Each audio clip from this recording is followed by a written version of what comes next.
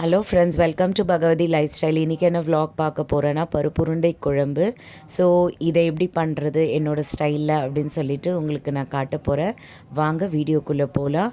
நான் வந்து 100 கிராம் கடலைப்பருப்பு எடுத்திருக்கேன். அதை வந்து ஒரு மணி நேரம் ஊற போட்டுட்டேன். அதுக்கு அடுத்தது மிக்ஸி ஜாரில் அந்த கடலைப்பருப்பு, ஒரே ஒரு பச்சை மிளகா, கொஞ்சோண்டு ஒரு அரை டீஸ்பூன் சோம்பு, அதுக்கு அடுத்தது ஒரே ஒரு பத்து தேங்காய் நல்லா வந்து வடகறி பதத்துக்கு அரைச்சிக்கணும்.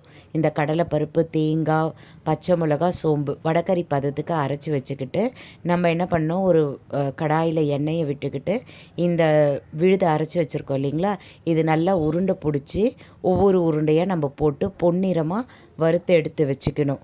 வறுத்து எடுத்து வச்சுக்கிட்டு நல்லா கோல்டன் ப்ரௌன் கலர் மாதிரி வறுத்து எடுத்து வச்சுக்கணும். அதுக்கு அடுத்தது திருப்பியும் கடாய் வச்சுக்கோங்க. கடாய் வச்சுக்கிட்டு கொஞ்சோண்டு எண்ணெய், ஒரு 2 டேபிள் ஸ்பூன் எண்ணெய் இருந்தால் போதும், நிறைய தேவையில்லை. நான் கடலை எண்ணெய், செக்கில் ஆட்டின சுத்தமான கடலை எண்ணெய் எடுத்திருக்கேன். ஸோ அந்த 2 டேபிள் ஸ்பூன் எண்ணெயை விட்டுட்டு ஒரே ஒரு வெங்காயம், ஏன்னா 100 கிராம் கடலைப்பருப்புக்கு ஒரு வெங்காயம் போதுமானது.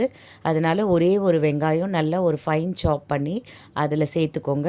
சேர்த்துக்கின பிறகு நம்ம தேவையான ஸ்பைசஸ், ஒரே ஒரு பே லீஃப், ஒரு ஏலக்காய், ஒரு 4 லவங்கம், ஒரு 3 துண்டு பட்டை, அது போதும். அது மட்டும் அதுலேயே சேர்த்துக்கோங்க.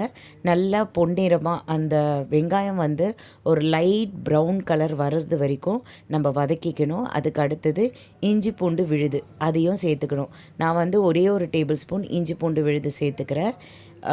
அதை போட்டுட்டு தேவையான கொத்தமல்லி, புதினா அதையும் சேர்த்துக்கிட்டு நல்லா பொன்னிறம் ஆகிறது வரைக்கும் நல்லா வதக்கணும்.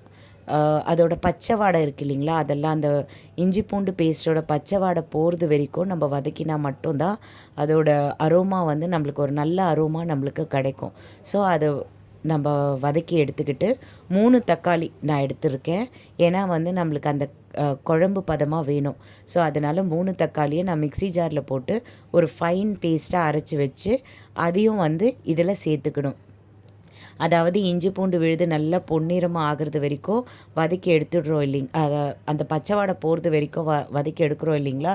அதுக்கு அடுத்தது இந்த தக்காளி விழுது அரைச்சி வச்சுருக்கோம் இல்லைங்களா, அதையும் சேர்த்துக்கணும். அதையும் சேர்த்துக்கிட்டு அதை நல்லா வதக்கி விடணும். அப்போ தான் இது எல்லாமே ஒன்றா மர்ஜ் ஆகணும்.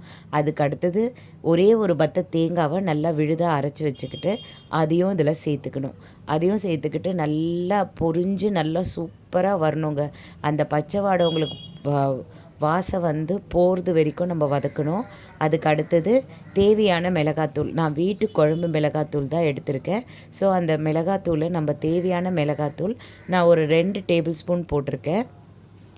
ஸோ அதை போட்டுட்டு நல்லா வந்து ஒரு மாதிரி கோல்டன் ப்ரௌன் கலர் வரணும். நம்ம அந்த மிளகாத்தூள் சேர்த்த உடனே ஒரு மாதிரி கோல்டன் ப்ரௌன் கலர் வந்த உடனே நான் வந்து தேங்காய் பால் சாதம் செஞ்சேன். ஸோ அதனால் எனக்கு தேங்காய் பால் வந்து மீதமாக இருந்தது. ஸோ அந்த பாலையும் நான் இதில் வந்து ஆட் பண்ணிக்கினேன். இதை சேர்க்கணுன்றது அவசியம் கிடையாது. எனக்கு மீந்ததுனால நான் இந்த தேங்காய் பாலையும் நான் சேர்த்துக்கிட்டேன். ஸோ தேங்காய் பால் சேர்த்த உடனே அது நல்லா இந்த மிளகாத்தூள், தக்காளி, வெங்காயம் எல்லாம் சேர்ந்து வந்து ஒரு நல்ல ஒரு கொதிக்கிற கன்சிஸ்டன்சிக்கு வரணும்.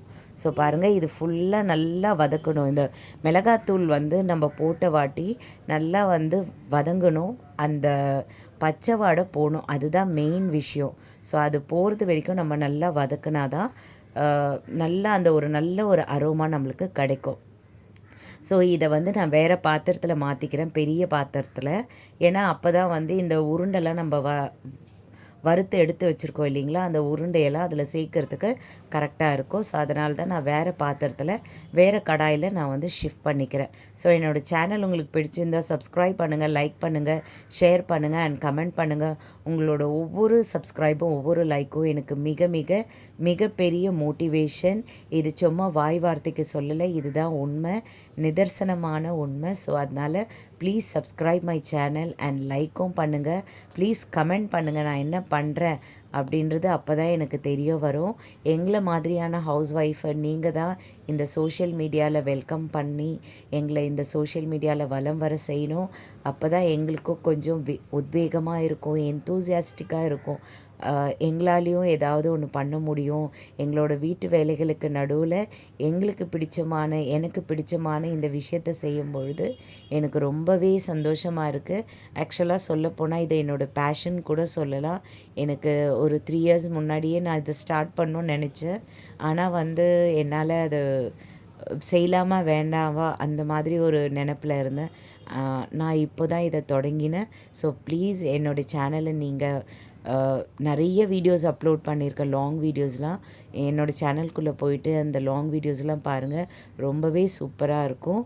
ஸோ ப்ளீஸ் என்னை ஒரு மோட்டிவேட் பண்ணி எனக்கு ஒரு தம்ஸ் அப் பண்ணி எனக்கு சப்ஸ்கிரைப் பண்ணி என்னோடய சேனலை நீங்கள் தான் ஒரு சூப்பரான நிலைமைக்கு வர வைக்கணும். ஸோ அதுதான் என்னுடைய வேண்டுகோள். இப்போ பார்த்தீங்கன்னா நான் இந்த கடாயில் ஷிஃப்ட் பண்ணிவிட்டேன். இந்த தாளிச்சது எல்லாமே நல்லா சேர்ந்து ஒன்றா சேர்ந்து கொதி வரணும். நல்லா கொதிச்சா மட்டும்தான் அந்த பதம் ரொம்பவே நல்லா இருக்கும். ஸோ நான் 2 டேபிள் ஸ்பூன் உங்களுக்கு முன்னாடியே சொல்லிட்டேன். அந்த அளவுக்கு நீங்கள் மிளகாத்தூள் போட்டால் போதும். நான் 1.5 டேபிள் ஸ்பூன் தான் நான் போட்டேன். ஸோ எனக்கு காரம் என்னவோ பத்தாமல் இருந்த மாதிரி தெரிஞ்சுது. ஸோ அதனால தான் திருப்பியும் நான் மிளகாத்தூள் ஆட் பண்ணிக்கினேன். ஸோ அது நல்லா ஒன்றா சேர்ந்து நல்லா கொதிக்கணும். அப்போ தான் நல்லா இருக்கும். இதுக்கு ஆப்டான ஒரு சாதம்னு பார்த்தீங்கன்னா, கண்டிப்பாக நான் ஃபஸ்ட்டு சொல்கிறது தேங்காய் பால் சாதம். அது ரொம்பவே சூப்பர் காம்பினேஷனுங்க. இந்த ஒவ்வொரு உருண்டையுமே வெறும்னே சாப்பிடலாம். இந்த குழம்புல போட்டால் தான் சாப்பிட்ணும் அப்படின்ற மாதிரிலாம் இல்லை. பாருங்கள், இந்த உருண்டையை எவ்வளோ பொன்னிறமாக நான் வறுத்து எடுத்து வச்சுருக்கேன். ஜஸ்ட் இதை அப்படியே கூட எடுத்து சாப்பிடலாம். ஸோ ஒன்றுமே பிரச்சனை கிடையாது. ஸோ சூப்பராக இருக்கும். வெறும்னே சாப்பிடும் போதே அவ்வளோ டேஸ்ட்டாக இருக்குங்க. ஏன்னா நம்ம அதில் பச்சை மிளகாய், தேங்காய் இதெல்லாம் ஆட் பண்ணியிருக்கிறோம். ஸோ அதனால் ரொம்பவே சூப்பர் டூப்பராக இருக்கும். நீங்களும் ட்ரை பண்ணி பாருங்கள், சூப்பராக இருக்கும். வெறுமனே சாப்பிட்லாம் அந்த உருண்டை. ஏன்னா நம்ம பச்சை மிளகா, அதுக்கு தேவையான தேங்காய், அப்புறம் சோம்பு இதெல்லாம் ஆட் பண்ணியிருக்கிறதுனால அந்த உருண்டையை வெறுமனே சாப்பிட்லாம். சூப்பராகவே இருக்கும். நீங்களும் இதை ட்ரை பண்ணி பாருங்கள். இந்த ஸ்டைலில் ரொம்பவே நல்லா இருக்கும். அண்ட் அதுக்கு அடுத்தது நம்ம வறுத்து எடுத்து வச்சுருக்கோம் இல்லைங்களா, அந்த உருண்டையும் நம்ம இதில் ஆட் பண்ணிடலாம். ஆட் பண்ணி அது ஆட் பண்ண வாட்டி உடனே நம்ம எடுத்துடக்கூடாது. இது நல்லா கொதி வரணும். நல்லா கொதித்த வாட்டி மட்டும்தான் அந்த உருண்டையில் இந்த குழம்பு போய் நல்லா இன்ஃப்யூஸ் ஆகும். ஸோ அதனால் அந்த உருண்டையை போட்ட உடனே நல்லா கொதிக்க விடணும். அப்போ தான் ரொம்பவே டேஸ்ட்டாக இருக்கும். இது மேலே கொத்தமல்லி, புதினா அதையும் நம்ம நல்லா தூவி விட்டுக்கணும். தூவி விட்டுக்கிட்டால் ரொம்பவே ஒரு நல்ல அரோமாவில் கிடைக்கும். அண்ட் ஃபஸ்ட்டு ப்ரையாரிட்டி நான் தேங்காய் சாதத்துக்கு தான் கொடுப்பேன். ஏன்னா தேங்காய் சாதத்துக்கு இந்த குழம்பு வேறு லெவல் டேஸ்ட்டு. நம்ம புரட்டாசி விரதம் இருக்கிறோம், புரட்டாசி மாதம். ஸோ என்ன பண்ணுறது அப்படின்னு சொல்லிட்டு ரொம்பவே கன்ஃப்யூஸாக இருக்கும். ஏன்னா நம்மளுடைய லன்ச்லாம் என்ன மெனு பண்ணுறது அப்படின்ற ஒரு கன்ஃப்யூஸ் ஸ்டேட்டில் இருப்போம். ஸோ அது மாதிரி இல்லாமல் இந்த மாதிரி ஒரு குழம்பும் நம்ம செய்யலாம். ரொம்பவே நல்லாயிருக்கும். டேஸ்ட்டாக அந்த நான்வெஜ் ஃபீலே இருக்காது. ஸோ அந்த பக்கம் பார்த்திங்கன்னா நான் தேங்காய் சாதம் செஞ்சு வச்சுருக்கேன். இதோட ரெசிபி நான் ஏற்கனவே என்னோடய சேனலில் அப்லோட் பண்ணியிருக்கேன். ஸோ நீங்கள் தேவைன்னா போய் பாருங்கள், சூப்பராக இருக்கும். என்னோடய ஸ்டைல் தேங்காய் சாதம்.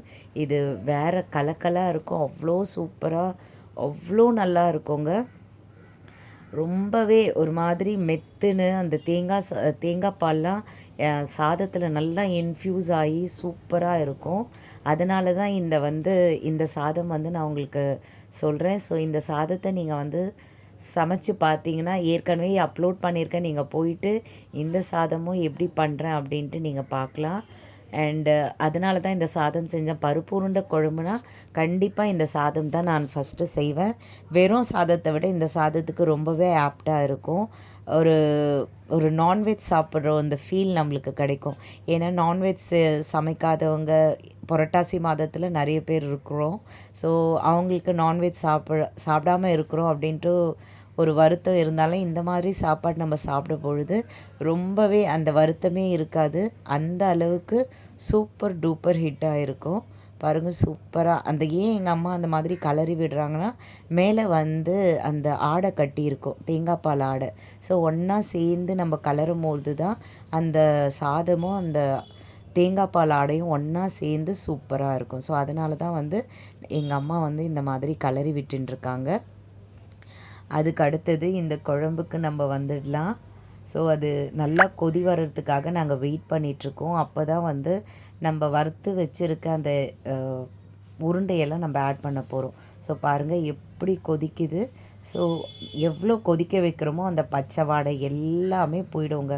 சூப்பராக ஒரு டேஸ்டியான ஒரு ஹெல்தியான ஒரு உருண்டை குழம்பு இது. செம்ம ஹெல்தி.